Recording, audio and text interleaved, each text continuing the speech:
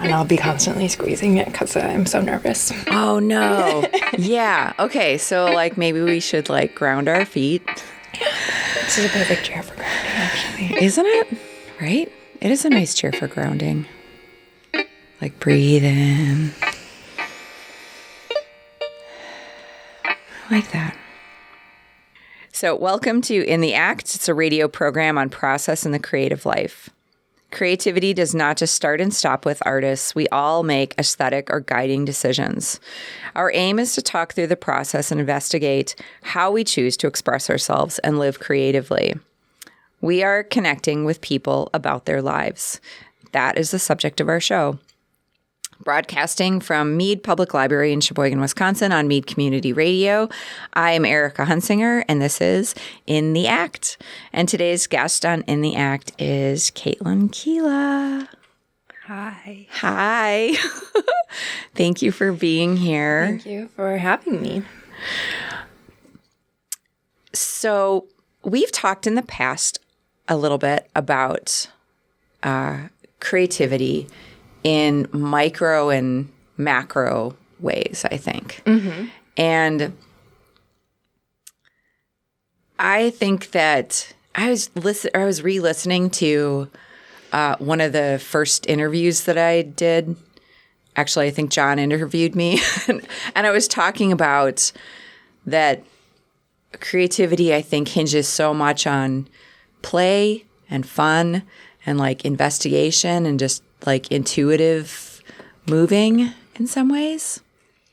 That's so interesting because I was on this morning like, oh, what are we going to talk about? What is creativity? What am I creating right now? And I was like thinking about that kind of creativity, which is like so alluring and like, yeah, spontaneous and beautiful and like intentional, however it comes about. And then this other side of creativity that is like productivity. Like I'm creating something and how much I align my day about what am I putting out there? What am I getting done? Because every act is creative. Right. You're creating something.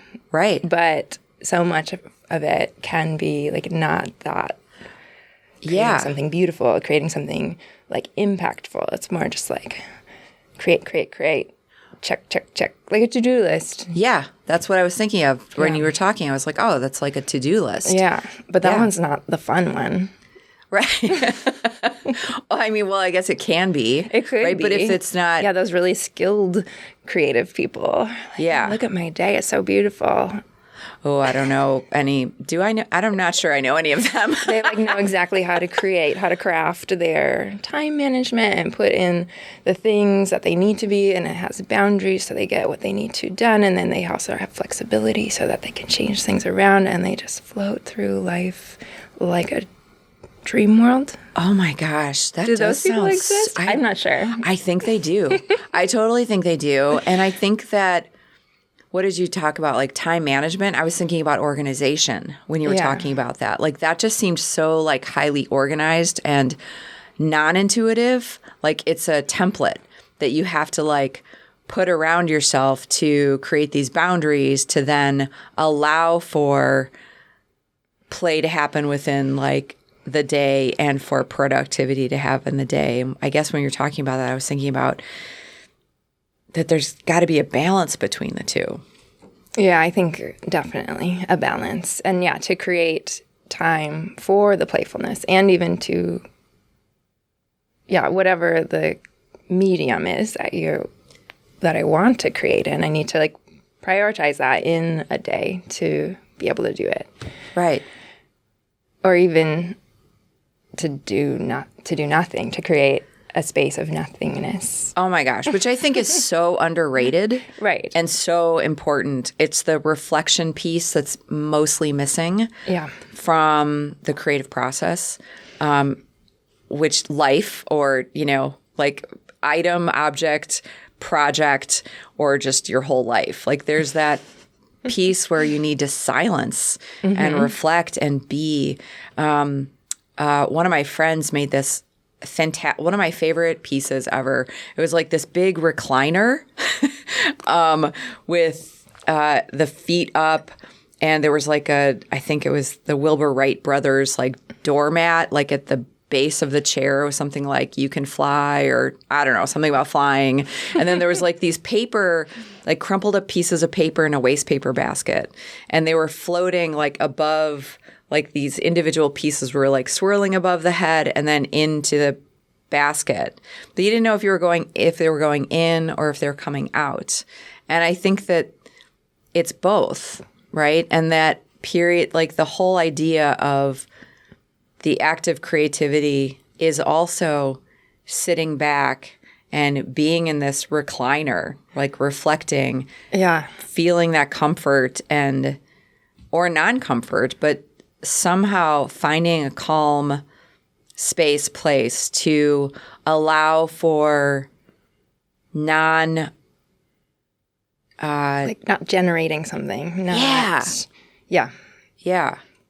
Yeah. Actually, you kind of lost me after you said recliner. That sounds so alluring to me. And then the rest, I'm sure, was great. But I was like, yes, the recliner. Yeah, that's all we need. Yeah. And great, right? Like, then stop at the recliner, right? That's basically what we're talking about. Yeah. Metaphor of recliner. Yeah.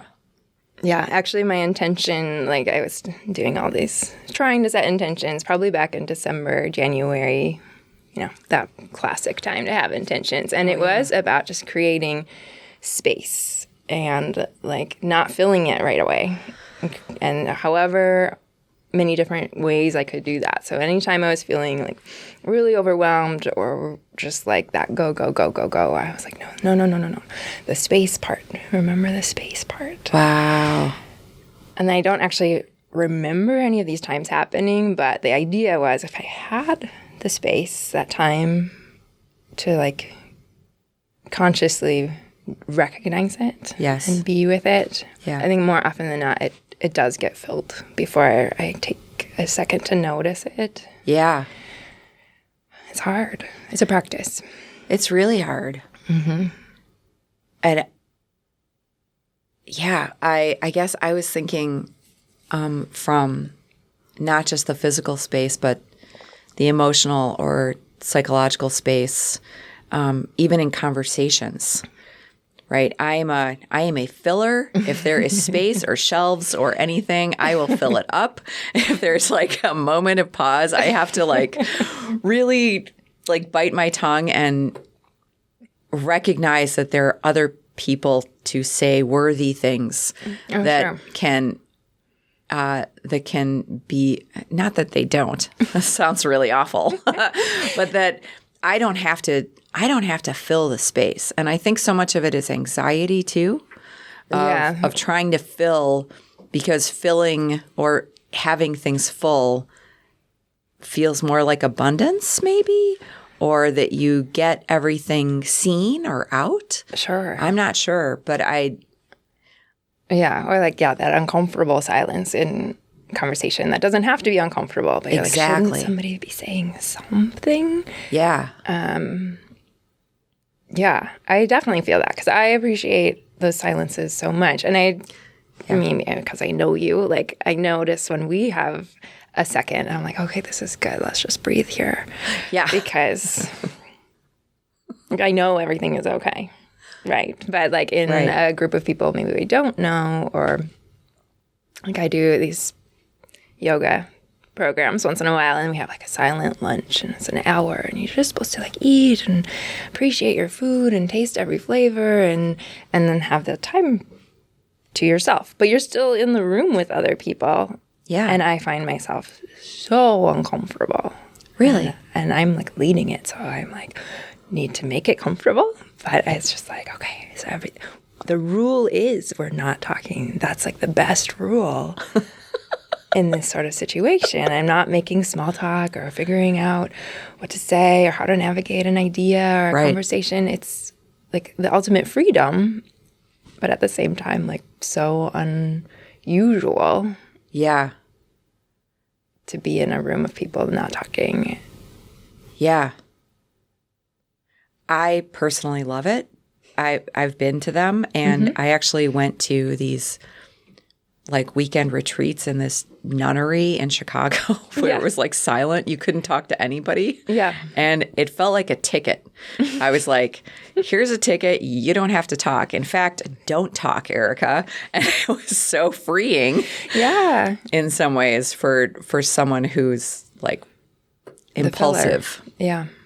Impulsive speaker. Yeah. So you brought it up. I want to talk about you are you're a yoga instructor. Mm-hmm.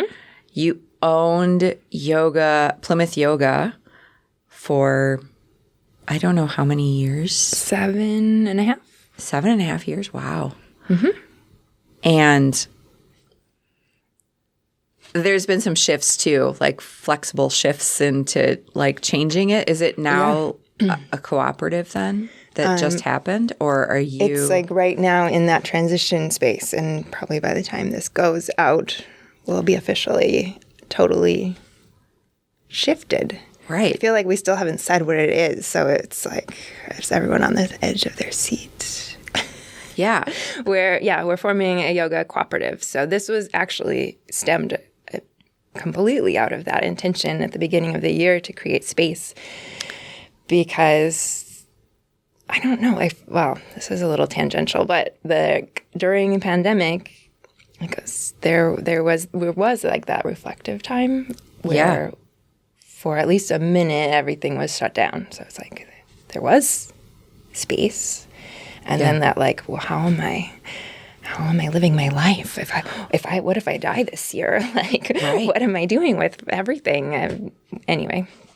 That's not tangential. That's super important. I think everybody was feeling that and talking about it. Yeah. But then I felt like some people ended up with a lot of space over the last year and a half because of the way their schedules changed and their work-life balance and all of that stuff. And then maybe having like zero social commitments and just like, what do I do? And this sense of boredom. And every time I would read something about that, I was like, who are these people? I was like resentful of their boredom because I felt constantly busy, pulled in different directions, running a business and trying to make all the decisions that keep people safe, but also still operate. And then like, what is it all for? Right. Sort of thing. Yeah. And so that's where this cooperative idea came out of, is like, well, I don't want to be spending every minute of my day making these decisions and then not knowing if I'm doing it right and not knowing how anybody else feels about it. Even when I ask, it's still like, well, you're the boss, so you make that last call and send out the email. Right. And so kind of like this desperation of wanting to be in it with somebody else. Yeah. So that idea of collaborating to do the same thing essentially, but then so much more because we've got more brains, more ideas, more energy coming from different perspectives, different support. All of it. Yeah. So very excited about this next phase. That's a huge step. Huge. It's amazing. Do you think that you would have like come to that had it not been for this period of sort of shutdown? No, it's kind of interesting, but I had that idea so I didn't start the yoga studio. I bought it from another woman who had also run it for 7+ years. Oh, and great. So I was like the second evolution of that studio. Oh, yeah. And when it happened, I was like, I think it was actually right around the same time the Good Side Grocery Co-op was starting. So I was like, co-op was in my brain. And I was like, oh, I wonder if there's a way for the yoga studio to be a co-op too. And I actually remember somebody from that organization being like, oh, just gonna say, it's like, it's a lot of work. It's like a big deal. It's like an actual legal entity that you're putting together. Right. And I didn't necessarily register that now. Now I do, but then I didn't. And then it kind of slid away and I got busy and I was doing it all myself, which I loved too, because it was like that really strong sense of ownership. Sure. Yeah. But then, that didn't happen. But then now when everything was happening during pandemic, and then the other yoga studio that we were close with did shut down because, I mean, it was almost impossible to do something where you wanted people to be together. Right. And then you're trying to do it online, but it's not the same. And right. none of us are technically proficient. Right. Someone's like, I can't hear you. I'm like, is your sound done? That's as far as I can go. I don't know how else to Like the help Zoom, you mean the online, yeah, like the Zoom stuff. Yeah. Online yoga classes. Yeah. All of that. But yeah, then it was this conversation with that studio owner. Like, we don't want to just leave just let it all go away. It could. Right. And that was multiple times. I was like, should we just go, shut it down, sell, moved up north. It's like our escape route. Sure. Just leave it all behind. Right. But we also feel like yoga is a service and that people do need it, especially when everything is so unstable in so many different ways. And they just want that place where they can connect into themselves. And so we didn't want to just close or leave it. But how do we make it so it's sustainable and has some more longevity? And so that's kind of how it re-emerged. I was like, wait, I had this idea before, but now it can actually happen. Nice. Now there's like the necessity of it. Right. It's like, I don't think I could keep going. Yeah. So that is like a little bit how it came out to the group that I've been working with. It was like almost a threat. Like, it's either this or nothing.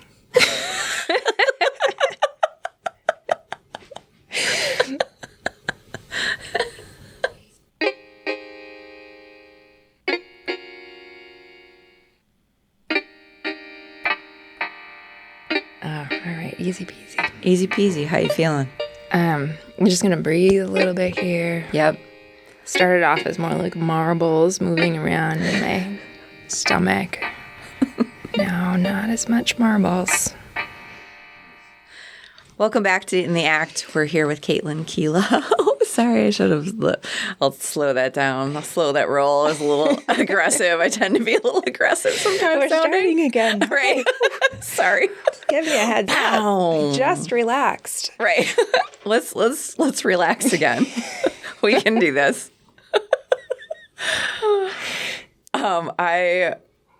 We just finished talking about like that there was this threat, like the idea that when yoga becomes threatening, that you've turned some sort of corner.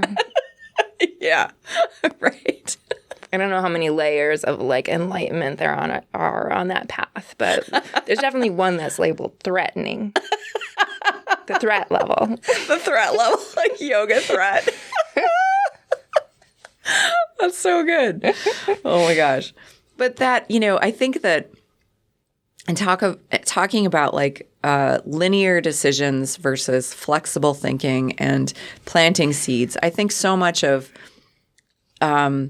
creativity evolves from these seeds that we had planted or ideas that we had like years ago, and they kind of sit in the soil of us for a while, and slowly, like with the right amount of sunlight and warmth and desperation maybe or whatever environmental changes and necessity kind of create these revisitings of these older ideas or allowing for new ideas to emerge. Yeah.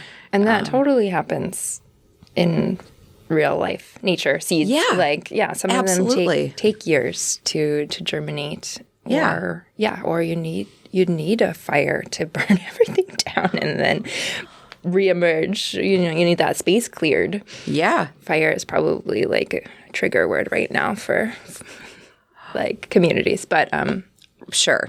I mean that in a really healthful, environmental way. Well, I mean, aren't like old growth forests and forests are so healthy when there's these natural burnings occur. Yes. And then the growth from the carbon and the yeah, allowance it's part of the sunlight cycle. and- Like you said, like it's not linear. It is a cycle. But sometimes I think those cycles are so big, it's hard from a human scale to like it still looks linear, like the arch. That's Sure. The horizon line. Right. It looks flat, but it's a curve sort of thing, like that perspective. Oh, yeah. I think like you just saying that, or like with giving something space to see what would come up if you let it. That was another part of my space intention too. Is like create the space, see what's more naturally going to emerge versus me trying to muscle it in. Right.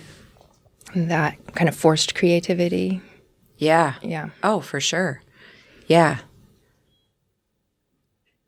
That intuitive, I mean, is that at the intuitive part? Is that what rises to the surface? What floats up?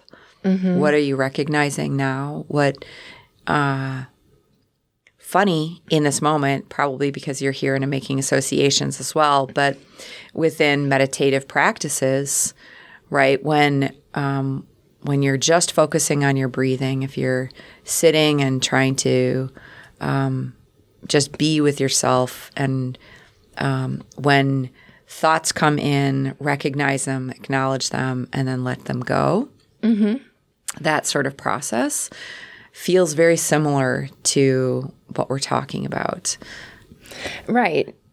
So let's say, I'm going to meditate for 10 minutes or something and set that timer. And if it were like to just let that whole time be and see what thoughts come and go. Yeah. And being open to that versus I'm just going to sit here and then kind of run with that first thought that comes in. Yeah. Because sometimes I think, when you have that space, like maybe a brilliant idea does come to you during a meditation practice or a yoga something or whatever. Yeah. And I'm not saying you shouldn't write those down. Like maybe you have to.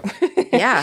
Have a notebook by or something. But there is something about that, like not needing to figure out that first thought. Mm-hmm. Letting it go. Yeah. Bringing, Yeah. Mm-hmm. And I think in the past too, we've talked about that, and this is something that you have talked about in your process too of teaching. It's like every new breath is like a new moment, or the concept of like beginning again. Yes. Like, the breath is like that, as you were mentioning earlier, that micro beginning. Every moment is a new moment. Yeah. It's like full of opportunities. And that's so rich. Yes. But also, being able to, maybe this next breath, I'm going to take it really big and take my time and like have a little agency around it. Yeah. Be able to start again with, that comes up, at least in my experience with the yoga or meditation practice, is like, I haven't done this in a while. And that doesn't mean I can just, I don't do it anymore. I begin again. And so it's a lot about that forgiveness and being able to just move forward and be like, well, then today I'm starting, or now I'm breathing. And letting go of that guilt or... Guilt just follows me around. Oh, it's awful, right? But the idea then of this richness, I think it gave me so much hope for myself, like hope and lots of other things, I think. I don't know what other words I could put into that. But that you're setting your intention, right? So it's sort of like a to-do list, right? You have this product. You're going to do a 10-minute meditation or just in your yoga practice, and then just noticing and realizing that every breath is a new moment to like come back to that intention, or to, I mean, that's anyways for me in my practice, like, oh, well, my mind was totally doing a million other things. Yes. So yes, that reminder, like, oh, I can come back and start again and clear it out. Yeah. And it's okay. I didn't mess up. Yeah. By letting my mind wander or whatever. Right. And we're so hard on ourselves. Yeah. with those things. Like, how do I do this right? Yes. Need to do it right. And when you started off the beginning of this conversation with, that there are these people that have things in like cogs in a wheel, like this is what I do now, and then this is this, and figure it out. And it most of us don't operate that way.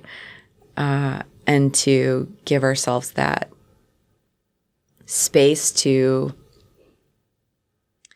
be gentle with ourselves. Yeah. I think as a reminder, the breath is sort of a reminder of that. That you taught me in those classes. You're welcome.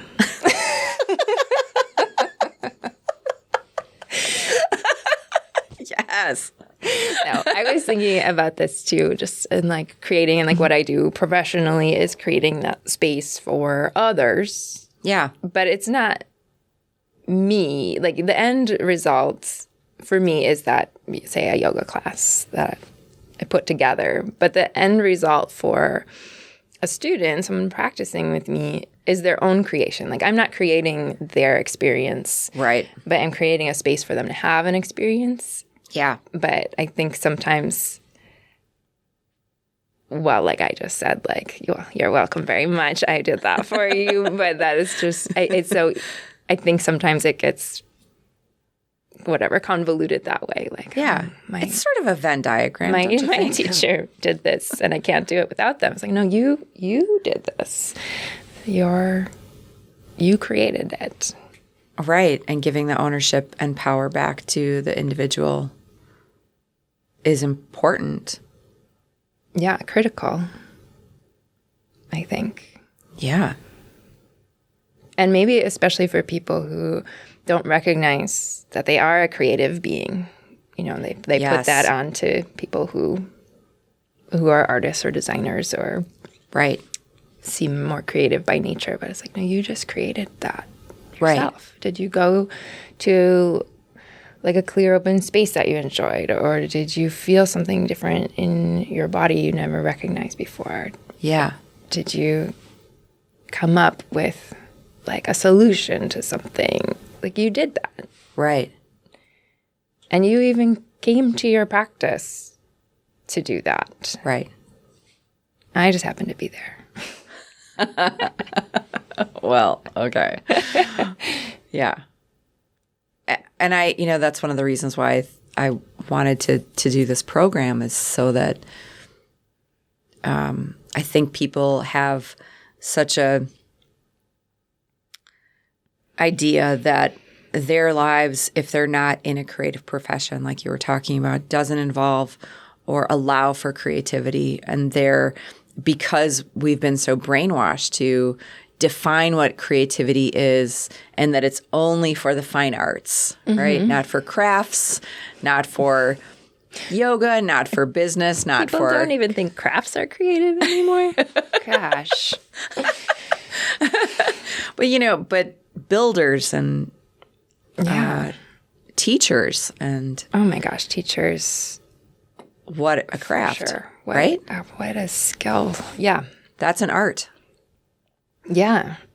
And I think so much about creativity revolves around not just play and stuff that we were talking about, but risk-taking Yes. and flexibility and allowing for new information, like what's rising, what's falling, being present in the moment, or reflecting over time, trying to find new ways to adapt, educate, stimulate, Sure.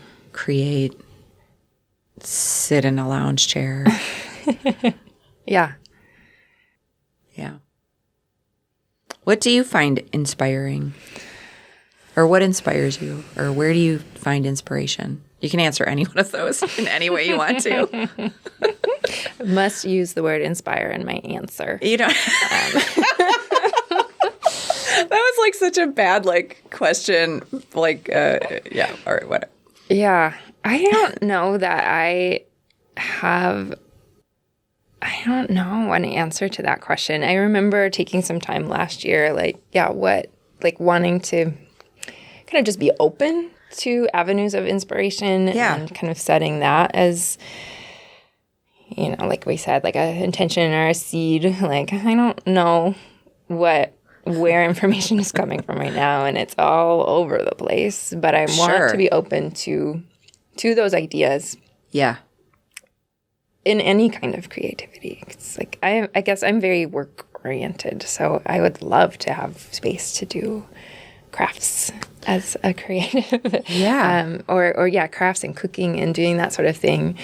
But yeah, just I don't know where I was going with that. Just being open to inspiration from anywhere. Yeah. But yeah, I can't say that I have a go-to of this author or this Instagram account or I totally wasn't on that plane, which is so interesting because inspiration can come from anywhere. Yeah, where do you get inspiration? Ooh.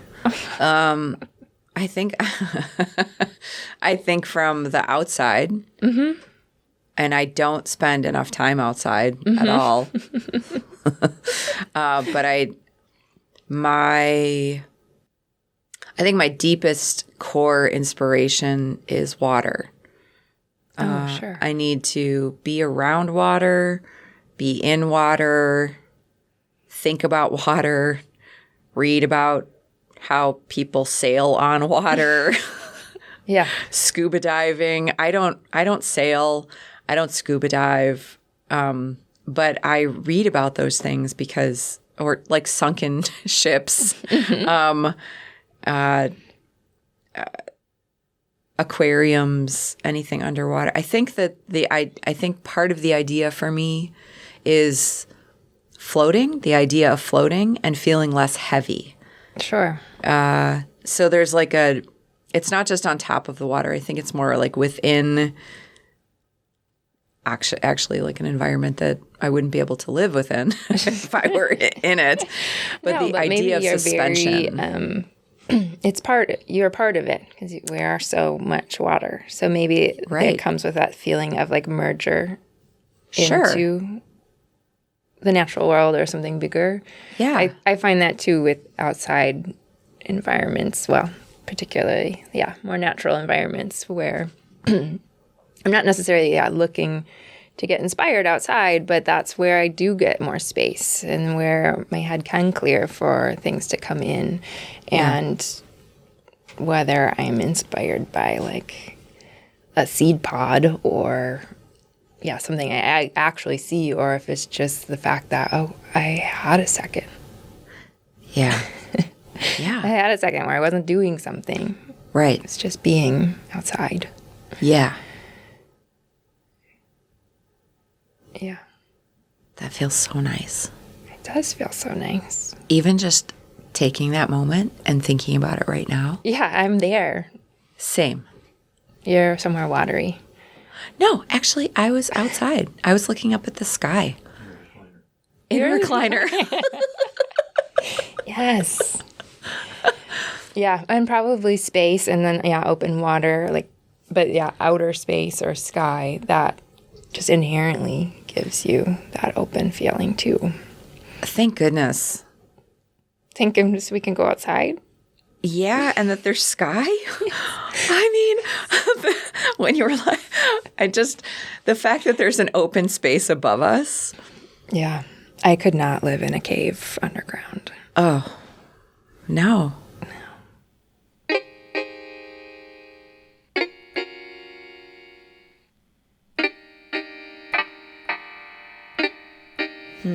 I would like to bring people, if they were with us outside when we both went there, and then we brought them down underground, I'd like to bring them back up after the break. Sure. Yeah, let's do that. Welcome back to Mead Community Radio. This is In the Act with Kaitlynn Kiela. Let's bring them back up. I mean, okay. So let's go with the cave metaphor, though, and relate it back to when we were talking about seeds and planting and ideas and stuff. And don't things have to go in some sort of hibernation state or sleep state or what is that called? Dormancy. Thank you. Okay. Yep. Yeah. We all do. Like everything that's cycles so forgotten. into a darkness, a quiet, to reemerge with every new day. Right. Yeah. No, it does happen daily and seasonally. I mean, for us, so thank goodness we have those long, dark winters and we're forced into our homes where. I like it. Yeah. No, but I think to me too, I need that part of the year where there's not so much expected to me and the days aren't so long. You have to cram all this stuff in and I'm exhausted by the end. Like, oh no, it's already dark after work. I'll just go home and eat, go to sleep. Eat and go to sleep. Yeah. It's 8:00. It's fine. Yeah. Yes. Right. But that's like the rejuvenation cycle. That's trying to like piece apart so like if the to-do list of those creative people, right, or those people quote unquote are in some ways you can fashion it or use it as metaphor like the days. There's a structure of the day. The sun will come up. It's going to go over, like we revolve around the sun. Mm-hmm. Some of us believe that. Yes. Most of us know that is the fact. And that this cycle is our cycle. And that these waves do come in and out on the shores in the same sort of pattern. We can expect them. And I think that those structured expectations provide stability and grounding, just like these chairs. Yes. To allow for other things to happen that you can count on. And I think that consistency provides a structure for us to move through things a little bit easier. I agree. Like some sort of routine with some expectation, like I know what's happening today or this week, this month, then allows, for more of that flexibility and spontaneity to come in because, like around it, what's going to give you that stability. So whether that's, I can catch up on what I didn't do tomorrow because I know how my tomorrow goes. It's not so rigid, just like, I can't do that today because then that will throw off the next day and the next day and the next day. Right. It's more like, I can do that today because I have created this perfect, an imperfect way of just, existing within a structure. Yeah. Yeah, I think I need enough grounding and stability in order to move forward and what is the metaphor? It's like you can be floating out on the water. If you can't see the shoreline, it's like destabilizing. You don't, sure. At that point, you don't know how far away you are from a place to land and whatever else you need from that shoreline. Yeah. So how much like risk will you be willing to take? How much moving around can you do? Right, within your ability. Yeah. Yeah. But maybe running too close to the shoreline. You'll be one of your shipwrecks. Right. You're Lottie Cooper. Right. Yeah. I was going through a hard time and remember my boss Cindy said something like, tomorrow's going to be a new day and today's going to be over. And that seemed so profound to me at the time. What a relief. I know. It was a relief. Yeah. And also really feeling thankful that the day would come tomorrow. It would still arrive and I'd have another chance to be look at things differently. Yeah. Oh, I think we do Allow. need that. That goes back to that dormancy of just needing to rest and shut it all down. Yeah. And that will happen. Like, I feel like if I'm having one of those days like you describe, and then maybe my partner is trying to like get it out of me, and like I'm just being short with him, I was like, this is not going to be effective or productive. Yeah. And I just do need to sleep. Like, this day needs to end, and I will be nice to you tomorrow. But right now, I don't have the capacity. Yeah. Right. I need the reset. Yep. Absolutely. Yeah. We need to, or that was a little bit strong. Let me just back off of that a little bit. But we could is better than we should. We have to mandate whatever you're about to say. Like allowing for reset buttons with each other. Yeah. Like allowing those, allowing the space to, with either your significant other or a person that you work with or something to say, like, let's reset. Yeah. I This think isn't going the way I want it to, or I'm not feeling right, or I don't have time, whatever the subject matter is, whatever it is, the issue, to be allowed to have the reset is a real generous thing, I think. just generous from the person allowing the other person to reset, or I think both, for yourself. yeah. To allow it for yourself.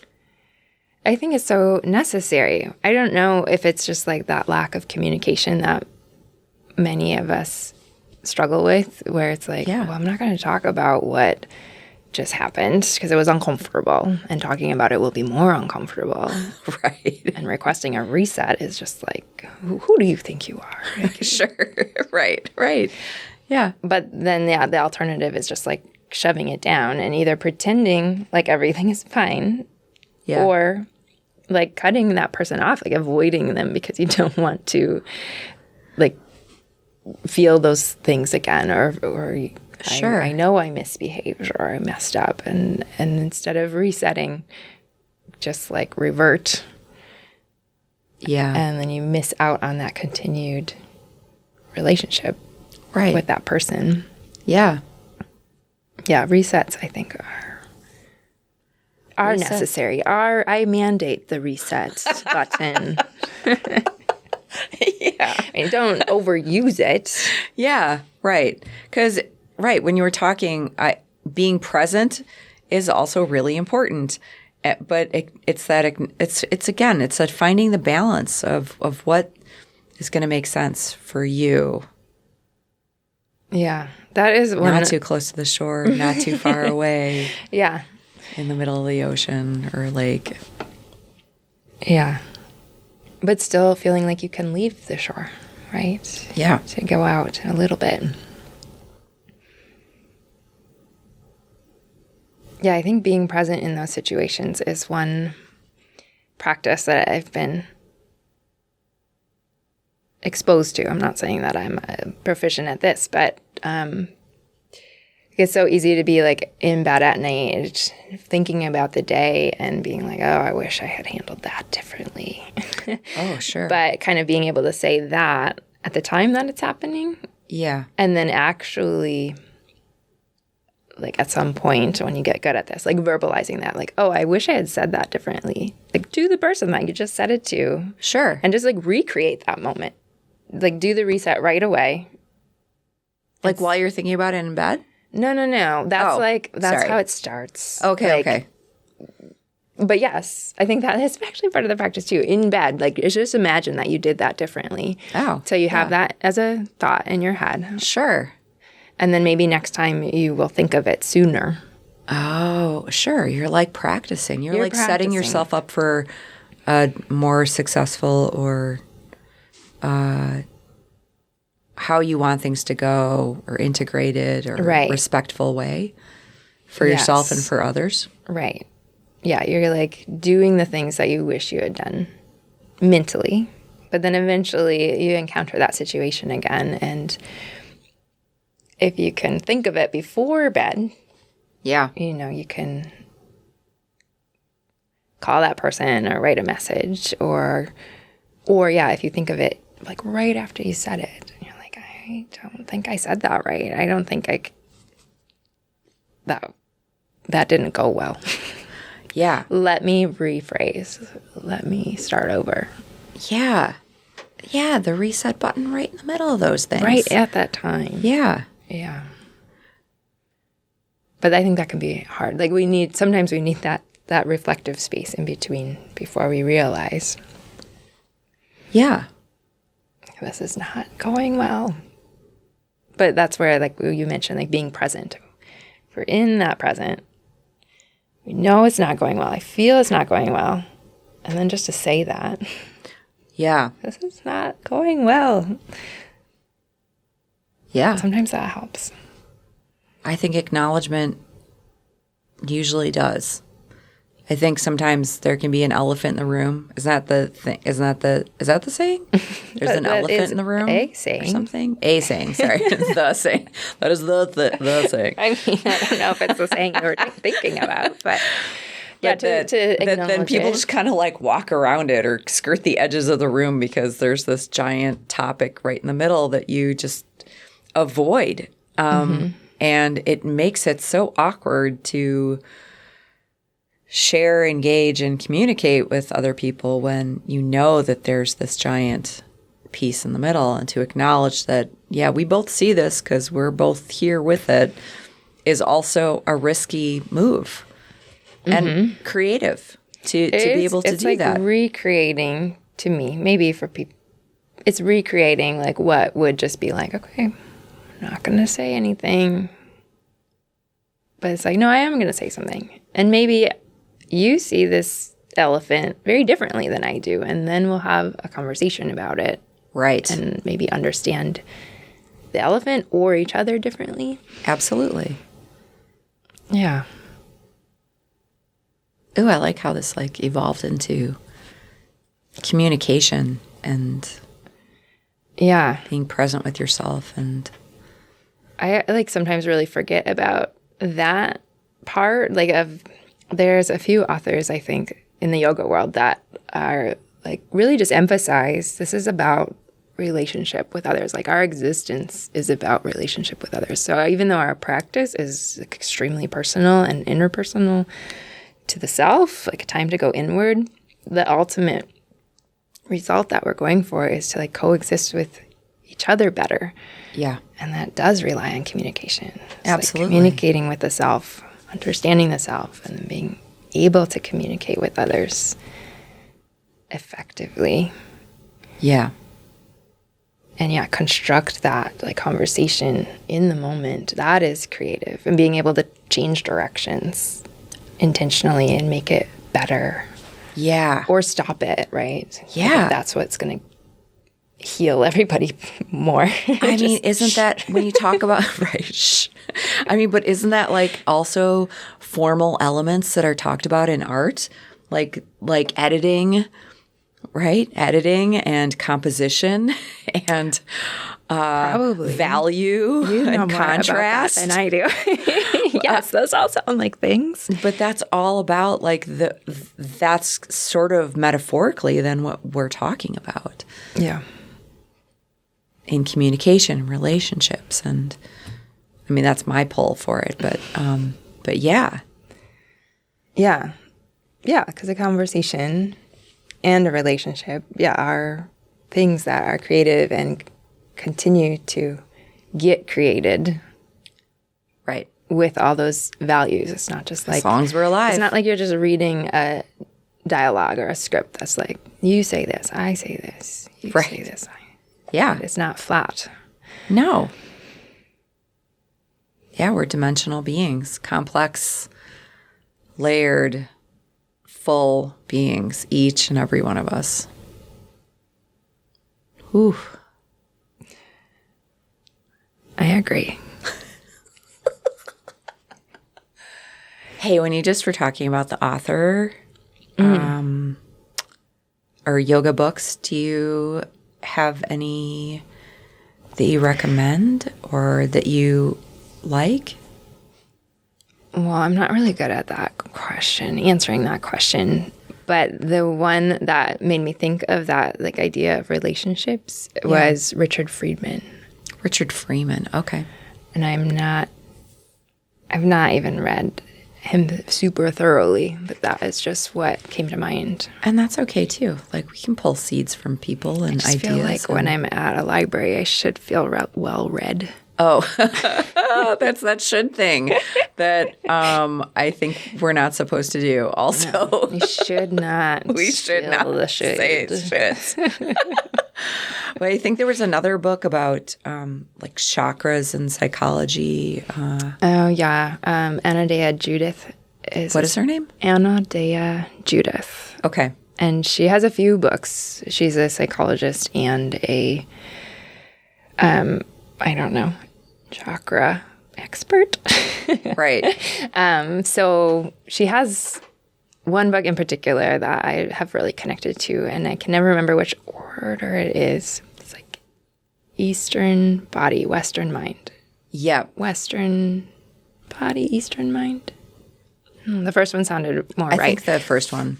But she connects into her understanding of psychology and growth through like developmental stages in also the development of our chakra system or the energetic system of the body and the mind and the emotions. And yeah, really fascinating. Really fascinating. Yeah. And that too, yeah, like there's the creative centers. I think about that a lot too. And for those of us who might not know the creative centers that are identified within the chakras. Right. So typically they say there's these two creative centers. One is near the throat and the other is like the second or sacral chakra, like within the pelvic bowl and the reproductive organs. Okay. And so they can work together, but the one that's like within the reproductive organs is thought to be a little or a lot more like intuitive, spontaneous creativity and just like what we're drawn to, not because we learned about it, but just like what pulls us in different directions, what like kind of wants to be creative. And then also like we're not driving it. So like in the biological creation of a fetus, it's like the woman isn't like, and now I'm going to put the cells together and now the eyelids can blink and like there's no control over that. It's just happening. Yeah. And then up at the throat, that creative center is much more like intentional, using inputs, using information that we have and being able to express it outward and describe it to other people. And there again is that communication, like being able to collaborate with other people because now we can share ideas. Sure. And learn from each other and create things together. And it's like kind of offers a bigger opportunity for creation and more interconnected with others, whereas like the creative cycle in that second chakra and the lower one is much more just like within the self. Right. But it could still be like you could still create artistically or intuitively, and even with others. But yeah, once we're up in like the fifth chakra, throat chakra, it's much more like of this very deliberate, I'm putting this together. Right. And that there's a balance between the two. Right. And I think there's so many people think that aha moments in whatever field, in whatever practice, in whatever you're doing, that you have this like brilliant idea that it's sort of untethered, that it exists on its own. And I don't believe that. I feel like, research has shown that you set yourself up to have those aha moments. You've planned and like you've been, the second chakra has been quite fluid and moving and, input from other things and experiences I to agree. develop all the sort of right pieces for something to emerge. Again, coming back to the seed in a way, right? Like having those ideas or pieces to form, allow those things to form Yes. and evolve to become. Yeah, absolutely. Yeah, it's definitely has to be a balance, and it has to be. I don't know. Yeah, a seed would not grow in a vacuum. Like it had. Yeah. Right? Yeah. Is there anything else that you'd like to share? Or you don't have to. Anything you want people to know, or Oh gosh. no? I guess what do I say? Something like You don't even have be to. kind to each other out there.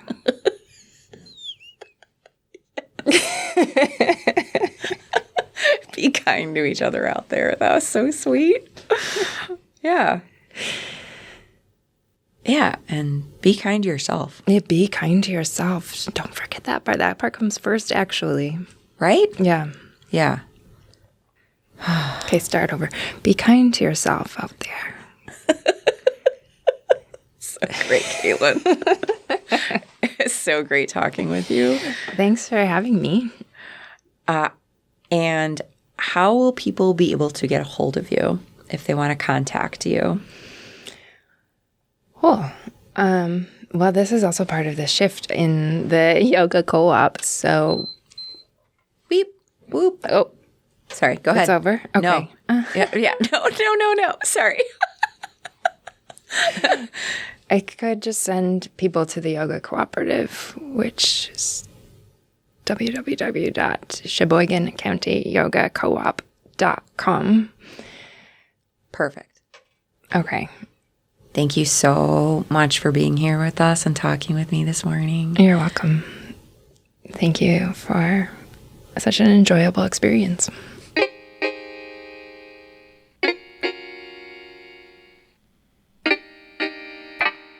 In the Act is produced in the studios at Mead Public Library in Sheboygan, Wisconsin. More information on the web at meadpl.org.